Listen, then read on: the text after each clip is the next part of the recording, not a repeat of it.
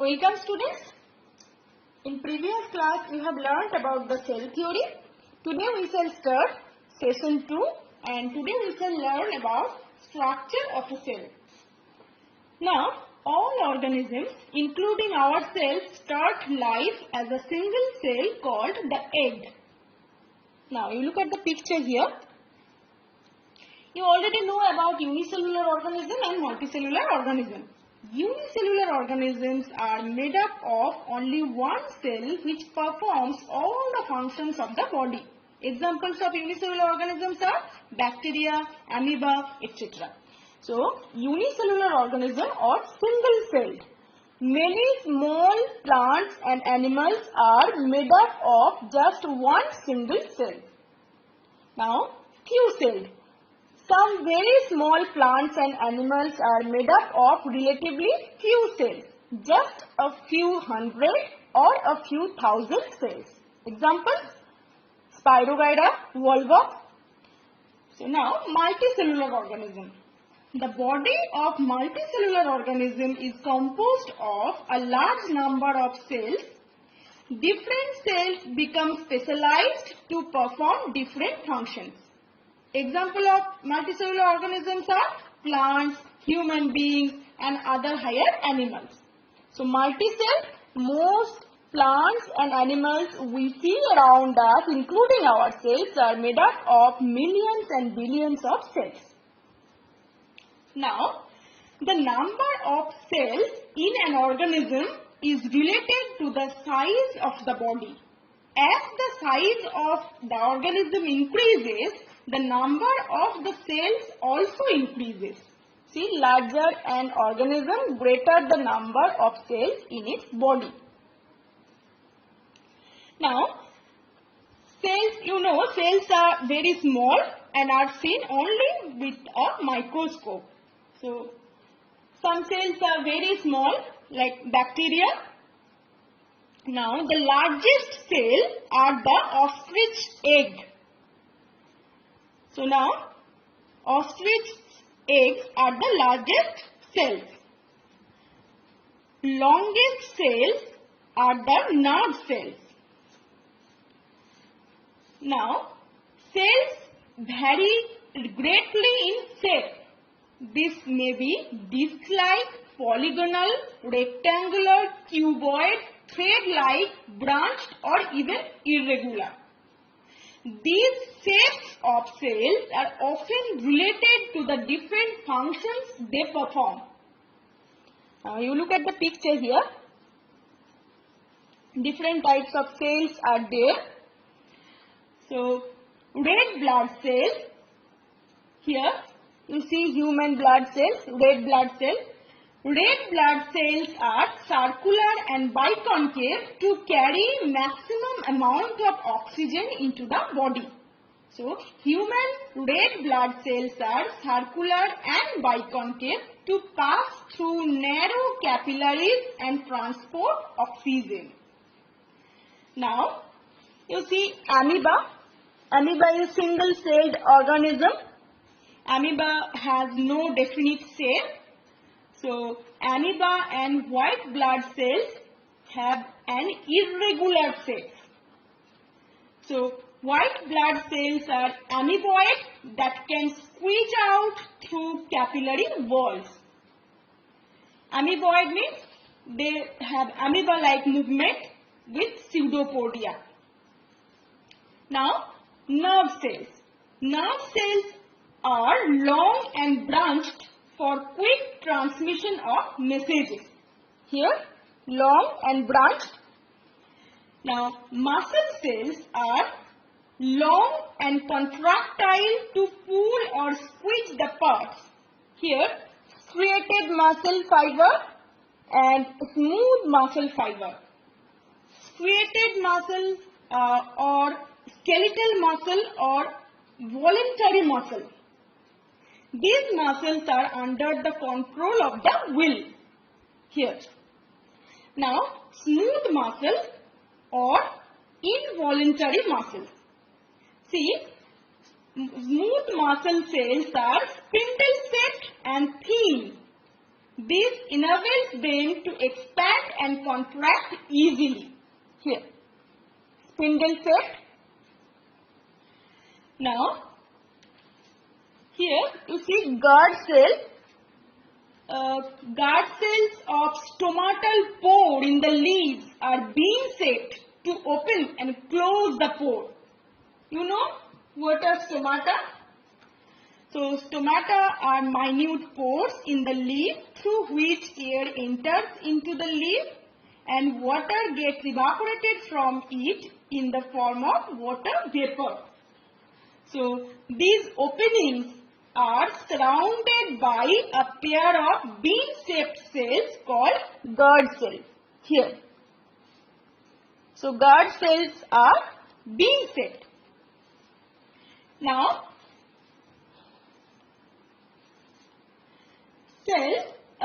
each cell consists of three essential parts: cell membrane, nucleus and cytoplasm. Now, look at the next slide here. So, what is protoplasm? Protoplasm is the living substance of the cell. It is made up of cytoplasm and nucleus. Now, cell organelles. Cell organelles means most parts of a cell have a definite shape, a definite structure and a definite function. Such parts are called organelles.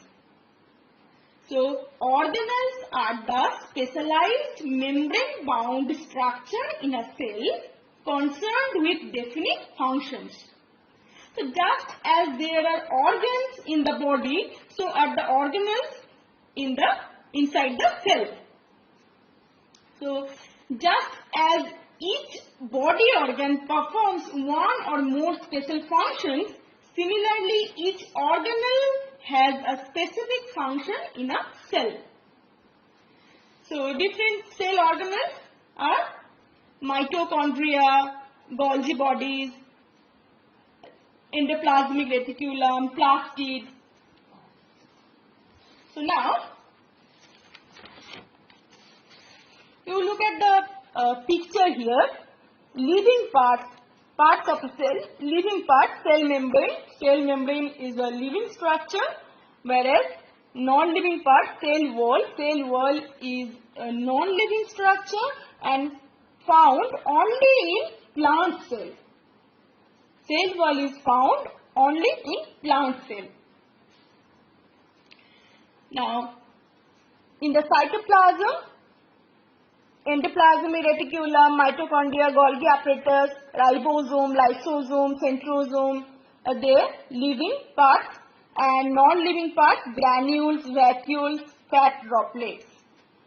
Now, cell membrane. Each cell is surrounded by a cell membrane or plasma membrane.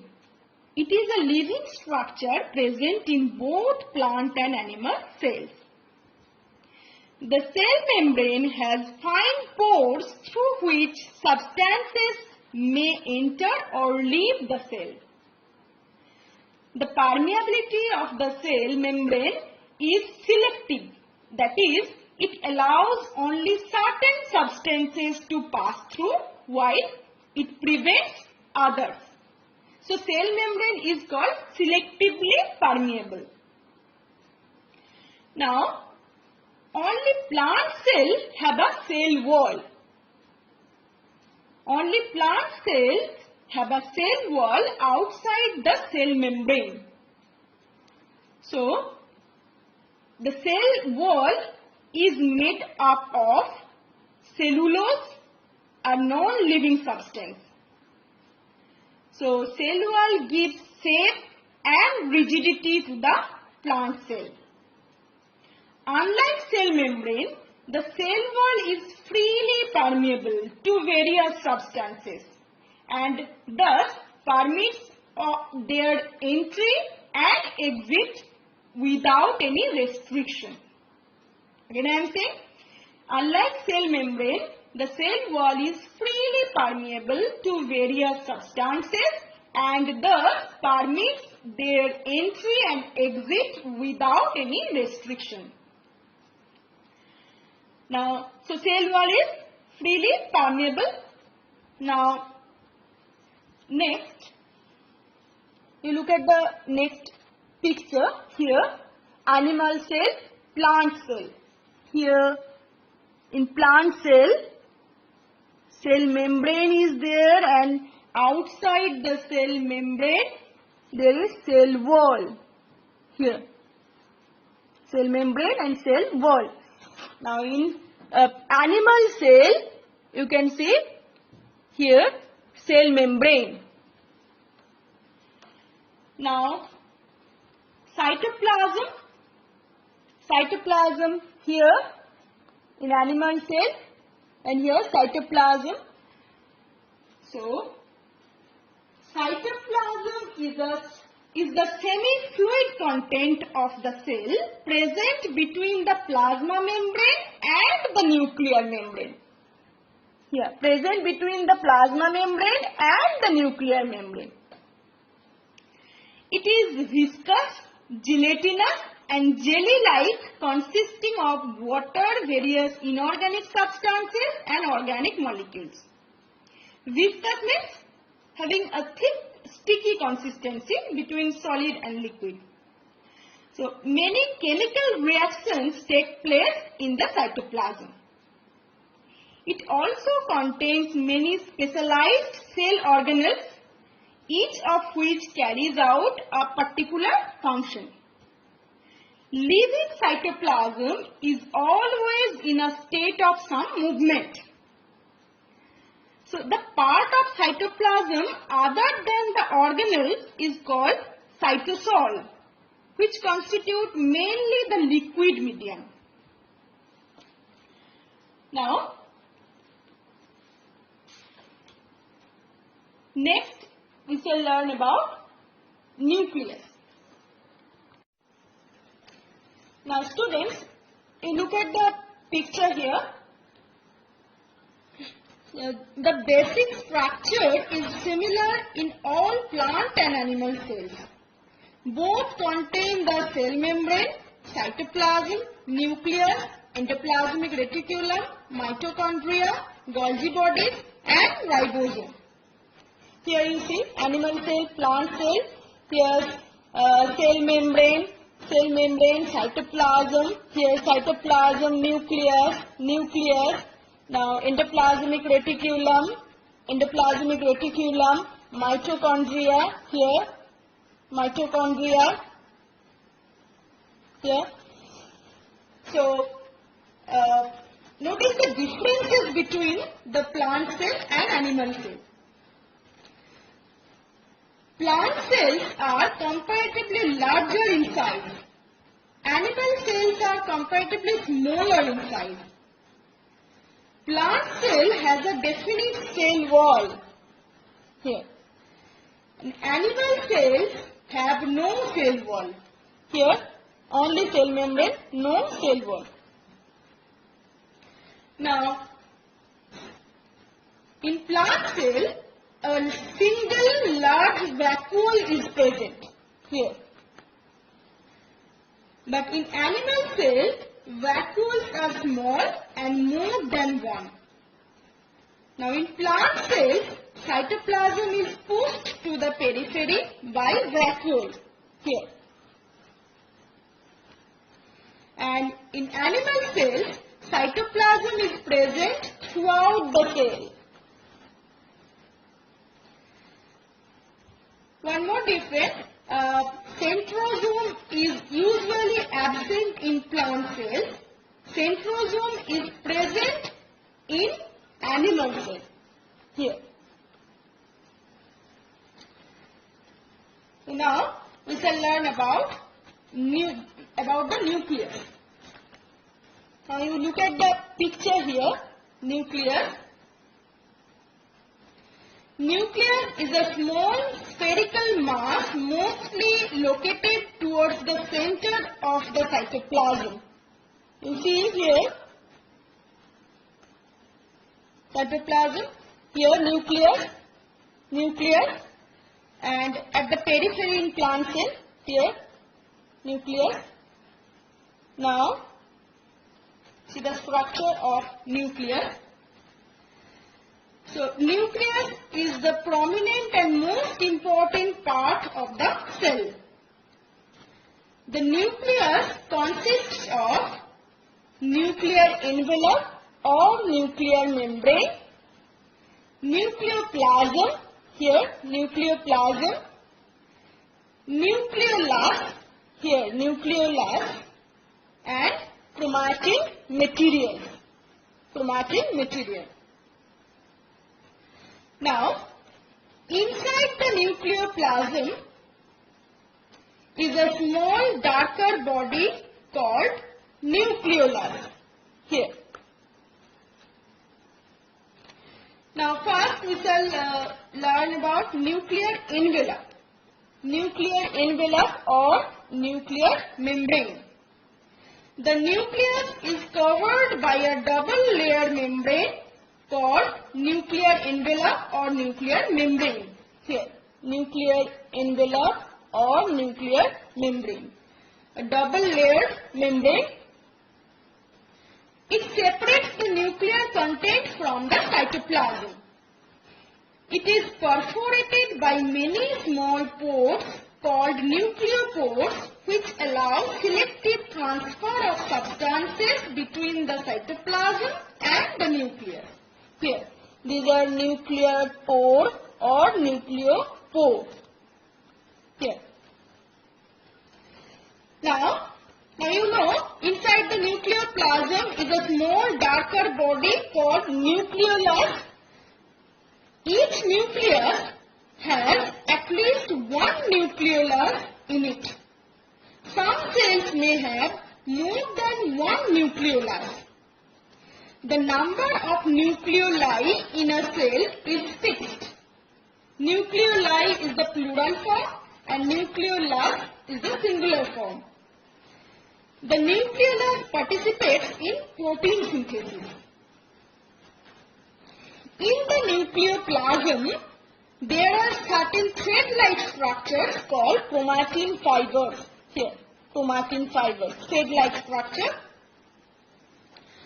During cell division, the chromatin fibers become short, thick and ribbon-like. These fibers are then called chromosomes. So, chromosomes are made of chromatin, which is composed of hereditary unit called genes. Genes are made of a complex chemical substance, DNA. DNA means deoxyribonucleic acid.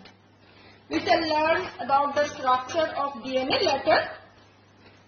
Now, these genes are responsible for transmitting characteristics from parents to offspring.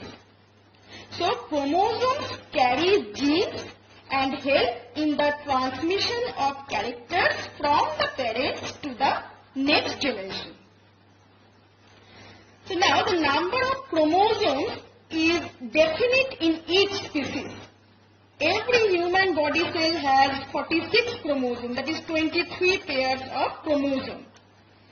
Like lions have 38 chromosomes. So lion, tiger and house cat all have 38 chromosomes, but they look different due to their different genes located on these chromosomes. Now the function of nucleus. Nucleus regulates and coordinates various life processes of the cell. So the nucleus is the controlling center of the cell. It controls the inheritance of characters from parents to the offspring. It plays an important role in cell division. So these are the roles of nucleus. You have seen the picture of nucleus. Nucleoplasm means the nucleus is filled with a transparent granular semi-solid matrix called nucleoplasm. semi-solid or you can say semi-liquid matrix. It contains nuclear components such as nucleolus and chromatin material. Now, cells in which nuclear membrane is absent are called prokaryotic cells. They have nuclear material called chromatin fibers which occur freely in the cytoplasm. Example, bacteria. Cells in which double nuclear membrane is present are called eukaryotic cells. Now we shall learn about the endoplasmic reticulum. Here you look at the next picture, endoplasmic reticulum. Notice the diagram here, or notice the picture here. So the endoplasmic reticulum is so fine in structure that its existence is revealed only through an electron microscope. It is an irregular network of double membranes distributed over the entire cytoplasm in a cell. Now, the membrane of endoplasmic reticulum are continuous with the nuclear membrane on the inner side. See, here. This is nuclear envelope, endoplasmic reticulum. So, these are connected with the plasma membrane on the other side. Now, the endoplasmic reticulum is of two types, rough endoplasmic reticulum and smooth endoplasmic reticulum. Rough endoplasmic reticulum which has ribosomes attached to its surface. Okay. Rough endoplasmic reticulum, these are ribosomes attached to its surface. Now smooth endoplasmic reticulum, here smooth endoplasmic reticulum. So smooth endoplasmic reticulum which is devoid of ribosomes on its surface. Devoid of means completely lacking or not having. Now function of endoplasmic reticulum. It forms the supporting framework. It forms the supporting framework for the cell and also serves as a pathway for the distribution of the material from one part of the cell to the other. So, it serves as a channel for the transport of material from one part of the cell to the other. Now, ribosomes. Here, see ribosomes. So, ribosomes are numerous small granules either scattered freely in the cytoplasm or attached to the membrane of the endoplasmic reticulum. Ribosomes are the centers of protein synthesis, hence called protein factories of the cell. So, these are the factories for the synthesis of proteins. Now, you look at the picture of a mitochondrion. Mitochondrion is the singular form and mitochondria is the plural form. The term mitochondria was coined by K. Benda. The mitochondria are spherical, rod-shaped or thread-like bodies. Each mitochondrion is bordered by a double membrane. Here, outer membrane and inner membrane. And intermembrane space, the space between the outer and inner membrane. Here, the inner membrane is folded into finger-like cristae. Here, finger-like cristae. And here, matrix. Mitochondria have their own DNA. Mitochondria also contain their own ribosomes. Here. DNA. And the function of mitochondria? Mitochondria are the sites where cell respiration occurs to release energy. This energy is stored in the form of an energy-rich compound ATP and is used in various metabolic functions of the cell and in turn of the body. ATP means adenosine triphosphate.